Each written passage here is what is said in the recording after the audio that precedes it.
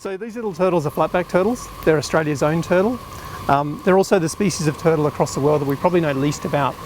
We know lots about the adults, where they nest, where they forage, what they eat, but we know very little about what these little guys do. So these small turtles are, living these quite cryptic life stages. So the project is really aiming to understand the biology and the behaviour of these little guys.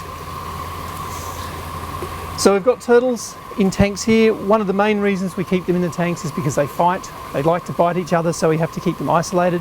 But it also lets us keep tabs on each individual. So they're all marked, they've got a number and a letter code written on the bottom.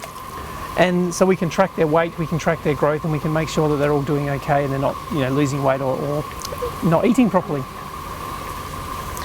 So we grow these turtles, we brought them in as hatchlings, so they were about 40 grams. And our aim was to get them to over 300 grams, so they're big enough to put the satellite tags on in terms of the weight. The tags weigh about 5 to 6 grams. So we've had them now for nearly 3 months, and they've grown. They're well over 300 grams, so we've got some releases planned for late May with the tracking devices. At the moment we're testing some glues to make sure they first of all hold the tag on, but second of all they can cope with the turtle growing under it, and they're not putting undue pressure on the turtle's shell as it grows larger.